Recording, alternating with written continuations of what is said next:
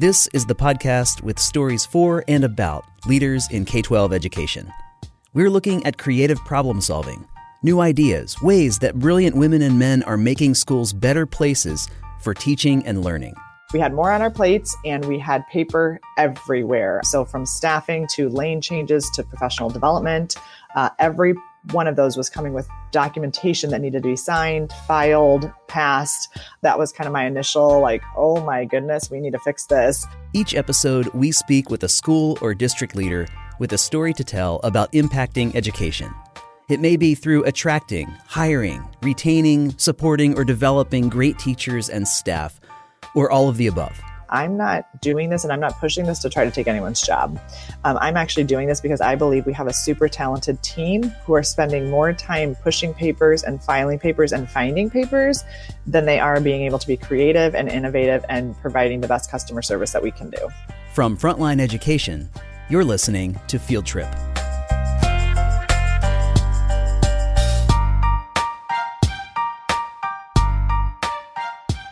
We're here talking with Heather Stocking, Director of Human Resources at Bettendorf Community School District in Iowa. Heather, it's good to have you on the show.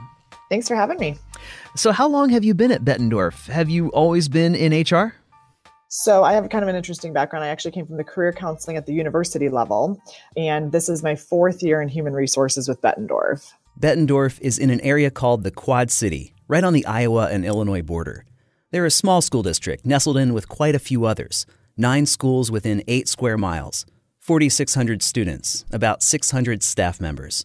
Today we're talking about something that Heather and the HR department set out to do, but the deeper story is really all about change management, how to walk an organization through a time when the boat is rocking and the cheese is moving. Not being from the industry, so I wasn't born and raised through the education ranks. I kind of had a unique perspective when I came in, but one of the things I noticed right away was we were touching a ton of paper. And as many districts or corporations in general, we were tasked to do more with less. So we had some staffing changes. We had a couple retirements. We had a superintendent leave. So we had an interim there, and we didn't replace a lot of positions. So we had more on our plates and we had paper everywhere. So from staffing to lane changes to professional development, every one of those was coming with documentation that needed to be signed, filed, passed. And so that was kind of my big task when I got here 4 years ago. That was kind of my initial oh my goodness, we need to fix this. But you never change anything year one. So year 4, I decided it was time to start diving in. Touching all this paper, all the stuff that you saw as you looked around the office, saw all the filing cabinets that were around, what impact did that have on your team? I mean, what kind of downstream effects did that lead to? Sure. So actually, when I got here, I was housed in an office where all the files were kept. So I have 2, they're classified as administrative assistants. I consider them generalists. They handle our classified and our certified staff. They would have to come in and out of my office multiple times a day to file, to pull a file, to get employee information, which is super, anyone who's either sharing an office or having to go into somebody else's office, there's always kind of that small talk that has to happen, hey, how are you? And which kind of ceases productivity.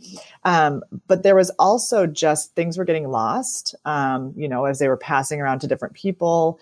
People weren't knowing about things. And so it was really causing a lot of tension and really some misplaced blame on, well, who lost that document or who didn't send it.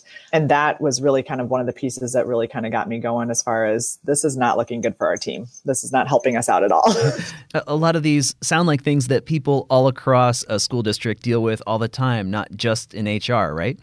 Right. Yeah. I mean, and part of it was we kind of were, we acquired some of the PD, which used to be out of curriculum, some of the lane change, which maybe is housed in different places, FMLA, which may be housed in finance. So there's a lot of cross, and in school districts, it always depends on who does what work. But the reality was whatever work we were doing was touching a whole lot of paper. Going paperless, what did that look like? How did you do it? And what were some of the things that you put into place in order to move toward that? Sure. So we started with a lot of research and really starting to figure out what does this look like? What does paperless look like for us? And we really started, we kind of dove right in. I'm kind of one of those people that I feel like sometimes we just need to pull the Band-Aid off and get right to work. And so we kind of went all in with going our professional development online, our lane change information online, and then really looking at hiring and recruiting, onboarding. And so what that meant for us was taking all these rows of filing cabinets, personnel files, scanning them, uploading them. But on top of that, what happens is you start realizing, oh my goodness, is this the system? Is this how we want things to look? Because you start noticing maybe the inequities or the places that aren't looking as put together or aren't as user friendly. And so that was kind of my task, was to say, okay, what do we want this to look like? What do we want our processes to be? And that was hard because there's a lot of pieces and a lot of people in play who all had something to say about that. And so we kind of started by looking at our processes currently. Was that working or not? We had to identify what did we want our process to look like in the future. So if we had kind of what I always say, what my question always is if we had our dream district, if we had our dream process, what would it look like? And then how do we move forward towards that? Before you really set out in this direction of going paperless, what were some of the issues that you knew you would face? What did you expect in terms of resistance from people that you work with, other people in the district, or just trying to bring about a pretty massive change in your team? Yeah, so I knew first and foremost, I would face some feedback from our board. Even though you're going paperless, which doesn't sound like it's a cost process. It is, because we needed to buy programming. We needed to identify what that programming was. And one of the things I knew that I could not say was that I wanted to do this because it made my job easier. And while it did make my job a little bit easier, that wasn't why we were choosing to go down this road. There was a lot of streamlining and efficacy and data integrity that we were really looking at. But I knew that was going to be a piece that I was going to face of why do you need this? I also knew that I would face some internal kind of pushback. I think change is always hard for people. And one of the biggest things that I had to combat was helping people understand that I'm not doing this and I'm not pushing this to try to take anyone's job. I'm actually doing this because I believe we have a super talented team who are spending more time pushing papers and filing papers and finding papers than they are being able to be creative and innovative and providing the best customer service that we can do. Can you talk a little bit more generally about the kinds of change that districts often face, and what that's like? I mean, educators are no strangers to change, are they? They are not. They are not. I think we're dealing with change on a daily basis. Like you said, we're in Iowa. We just went through the Chapter 20 changes in collective bargaining. So we've seen those huge changes. We've seen changeover in superintendents, in board leadership, in board directors. We've seen staffing changes. And I think as standards change, as evaluations change, as assessments change, we really live in the world of change. I always kind of joke that when you're in education, there is no normal, because when we get to something, we're always looking for the next best practice or the next best way to make us stand out above somebody else or make sure that our students are receiving the best education that they can. And so I feel like in education, we live in the world of change. It's how we deal with it that is kind of the biggest indicator. And one of the things that is challenging, I'm sure, is that you have any number of stakeholders who are involved. I mean, you have your administrators, you have your teachers, you have your school board, you have parents, depending on what it is that you're trying to change that might be involved there. I mean, how do you go about building consensus and getting buy-in and bringing everybody on board to the change that you see as necessary, but that maybe other people don't? Sure. I think the biggest thing is really starting with trust. One of the biggest things that I've done, and why I said I didn't start in year one, was I felt that one of my most important roles was to not only build relationships, but it was to build trust within our stakeholders. And so I needed them to know that what I was doing was not to hinder anyone else's job performance. It was actually to help. And so part of that, though, is being able to identify what your stakeholders need, and understanding them and knowing them well enough that you can create buy-in into what they want. So if I were to go to my stakeholders and say, to my teachers and say, hey, I got this awesome new process for HR. It's only going to take you 35 minutes per day to do it. They have no interest in me. So I need to know their why. And I need to know my why and how do those mesh together. So I really had to look at each group and say, what have they been tasking me with? What have I been asked to do? What have I heard complaints about or frustrations about? And how can I help fix that within our team? Can you give me an example of maybe one person or one group of stakeholders and what that looked like to try to do that? What was their why, and how did you identify what that was and meet that? Sure. So one of the things I would say is we are very, very fortunate that we are able to provide a lot of professional development to our teachers and our administrators. But what was happening is that information was done on a Google Doc, and that was kind of the advanced version of it. It used to be done on paper, that moved to a Google Doc, and then was kind of pushed out. And so there were absences being entered in one system and absences being in another system. And the secretaries were getting really frustrated with, okay, I don't know where my people are. I don't know when they're going. I don't even know if I should make this reservation or not. I don't know if the principals approved it. And so one of the things we did when we went paperless was look at our professional development and say, okay, how can we link this once they've gotten their professional development and they've tracked everything. We've made it required so they know what's expected. It goes to the principal for approval. It goes to the superintendent for approval. By the time the secretary is notified, we know that this is good to go. The absence goes into their system, and we don't have this calling and calling and calling multiple people and touching multiple things to find out an answer that could actually be automated. So that's kind of one example that really helped us out, not only from an implementation standpoint and a streamlined process, but also some data integrity and some reporting features on the back end as well. So you're seeking win-win for everybody, and in order to get someone else to buy in, they have to see how it makes their job easier, better, more effective, that kind of thing. Absolutely. I think anytime that you can make it not about you or your department, because we all want our jobs to be easier. I mean, I want my job to be easier. Our teachers want their jobs to be easier and more efficient, our administrators. But we need to work together to do that. And part of it is if we can find common ground that helps us all win a little bit, it's much, much better in the long run. What kinds of things did you bump up against that maybe you didn't expect or didn't foresee when you began the process? I think like anything in change, I think sometimes we have really, really big aspirations and really big dreams, and we realize that sometimes it's a lot more work than we initially thought it was going to be. And so we kind of ran into some of that where my vision was enormous, and I think that's great, but we really had to scale that back and say, okay, what's our priority though? We can't do all of it by the end of the summer. And that's kind of when we started our big project was summer. In my vision, I wanted it all to be done because that's kind of how I work. But the reality is we couldn't. And so we had to kind of step back and say, what's important to us? Why does this matter?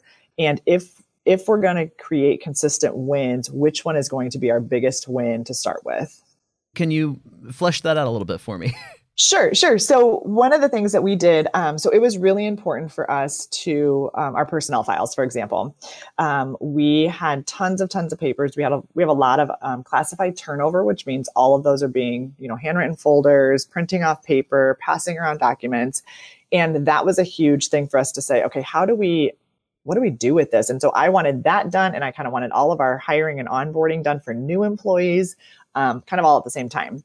Well, when you have 600 employees that need to be scanned and sorted and unstapled and all that work to be done, and you have all these new people to do, you have to kind of choose. And we chose to move forward with our current staff and getting all of their personnel documents updated. So we spent all summer, we actually brought in some assistants, and we kind of went full force into uploading and scanning all of our current personnel files so that as we had new people, we could create their files, but we also had current employees who we were getting continued paperwork on that now I could just scan and put it into their personnel file. So we're still working on our onboarding and it's almost there, but we had to kind of choose what was our main win for this summer. We live at a time right now which is fairly unique, right? With the internet and with older generations who did not grow up with the internet or computers being a part of their daily lives, and then younger digital natives who have grown up with this from the time when they were even before they were born. Did you see a difference in how your more veteran team members responded to going paperless, to making this change, versus your newer or younger team members? Sure. So our younger team members, obviously it's a little more natural for them because everything they're doing is online, from buying houses to, cell phone plans to applying for jobs. The great thing though, I think about education is we had some resistance from our veteran teachers, but the reality is great teachers are moving forward. They're looking for best practice. They're looking for ways to do it.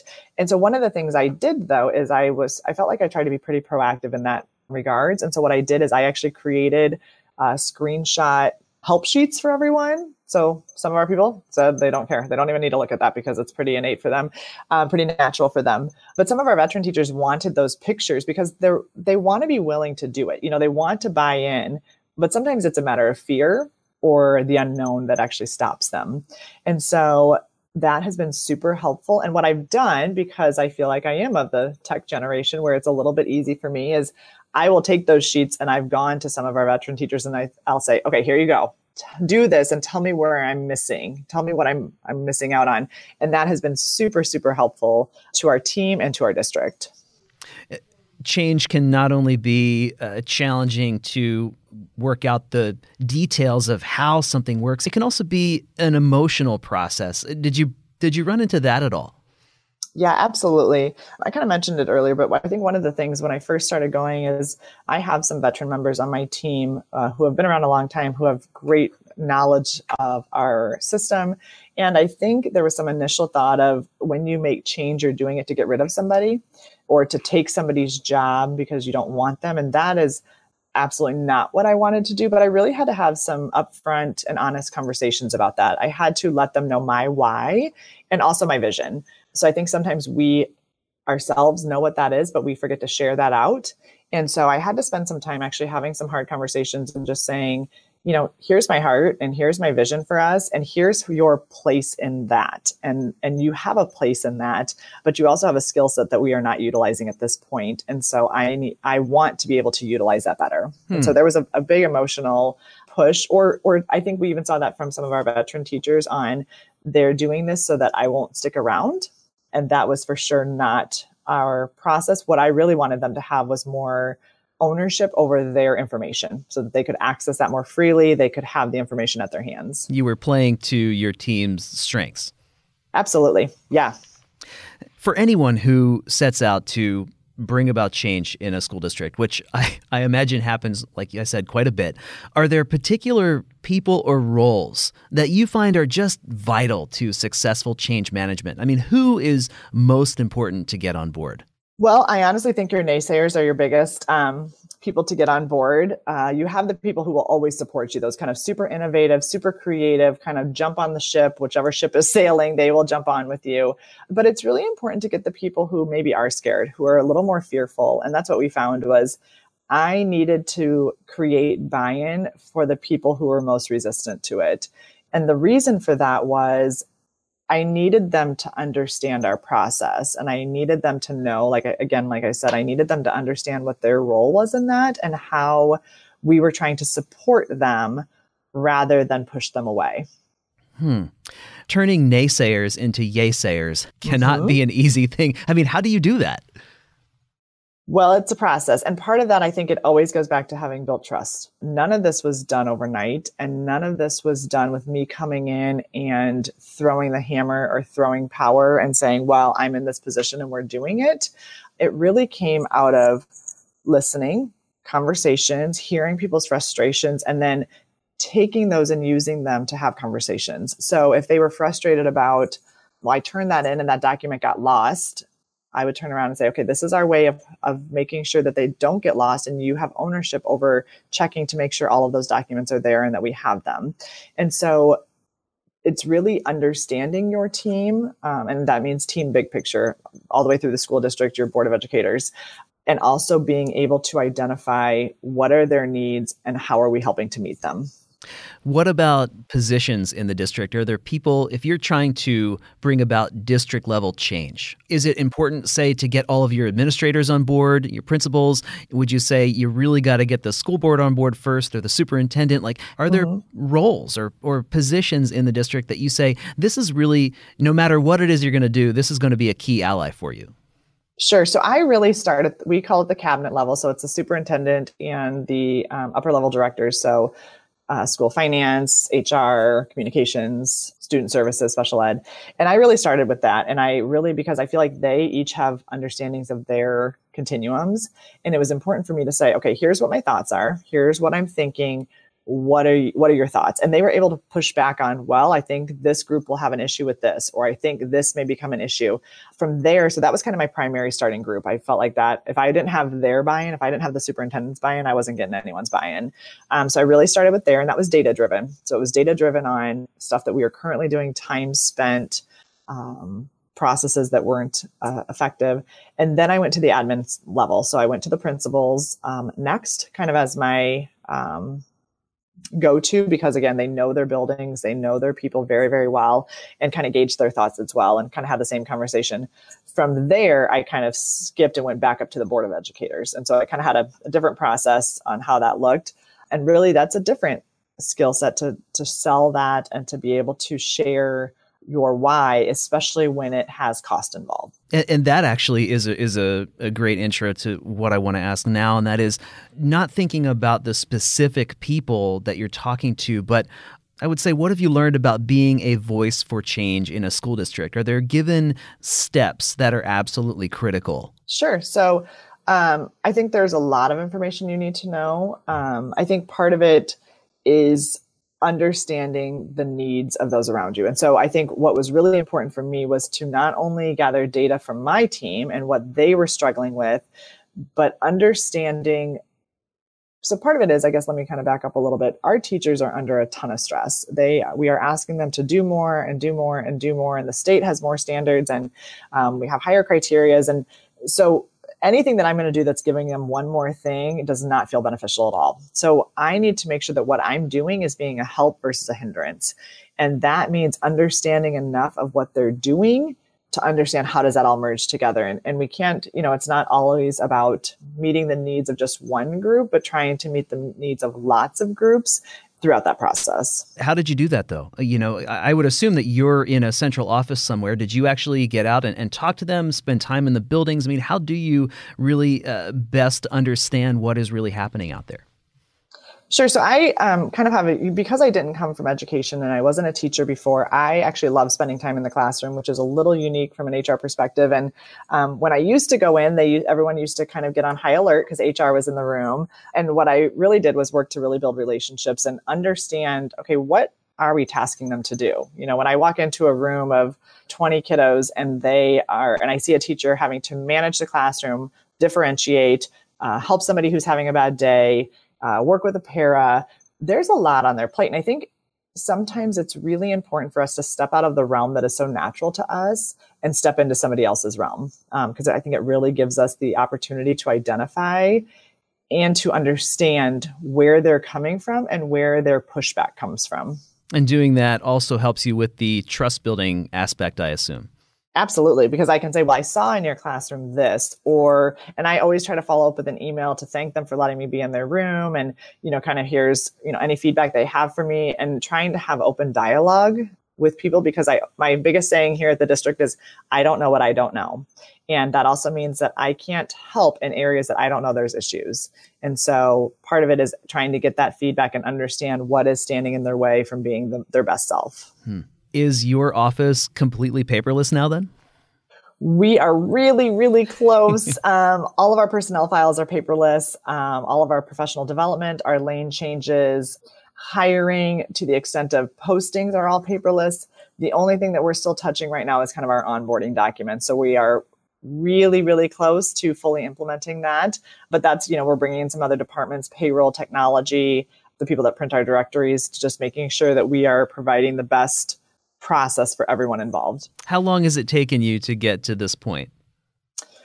Well, my vision started 4 years ago, but really, we really went full force about a year and a half ago, 18 months ago, where I really started digging in and my team started digging in. And part of it was at one point, we had talked about it for a long time. And at one point I just said, here we go, we're going. And kind of like I talked about ripping the Band-Aid off, sometimes you have to do that to just get people to start moving. And once we did, we've been full force ahead. Yeah. If you were to go back and start again from the beginning, what would you do differently? If I had to go back, I think one of the things I would do would be really to think about big picture, because I think we started doing this, but we were kind of in the process already, but looking at our end goal, and not end goal. I think sometimes we think end goal as being paperless. For me, end goal really needs to be 5 or 10 years out. So in 5 years, what does this look like? In 10 years, what does this look like? And so we've had to make some adjustments and changes as we've gone, just because we've kind of got in somewhere and said, oh, we probably should have categorized these teachers differently, or we should have made this so this was a reportable feature. And that's always learning. There's always pieces of learning there that we've done. But overall, I think we did a lot of pre-work and we took a lot of time to get here that really benefited us. And here's my last question.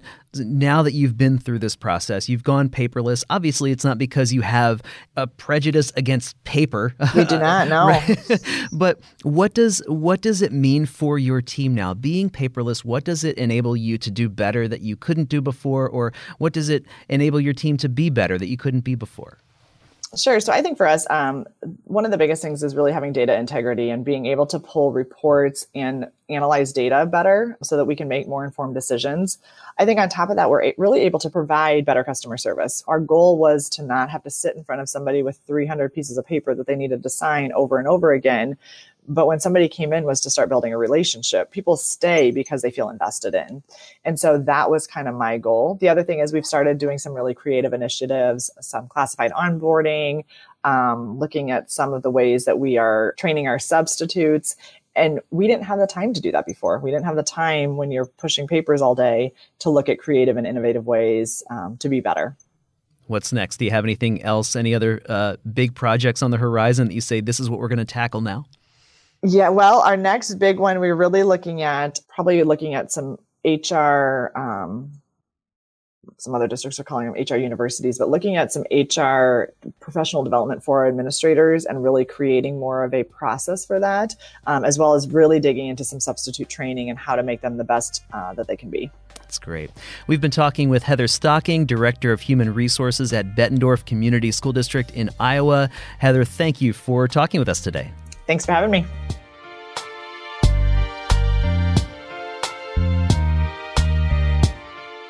Want more stories like this one? Don't forget to subscribe to Field Trip. New episodes drop every other Friday. You can find us on Apple Podcasts, Google Play, pretty much anywhere you listen to podcasts.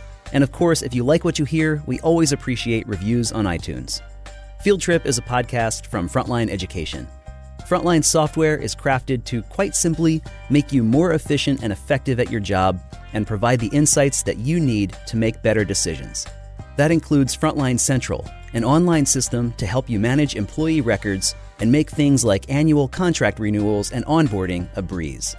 To hear how Frontline's industry-leading software solutions can help you as you recruit, hire, engage, and develop teachers and staff, visit frontlineeducation.com/fieldtrippodcast. For Frontline Education, I'm Ryan Estes. Thanks for listening, and have a great day.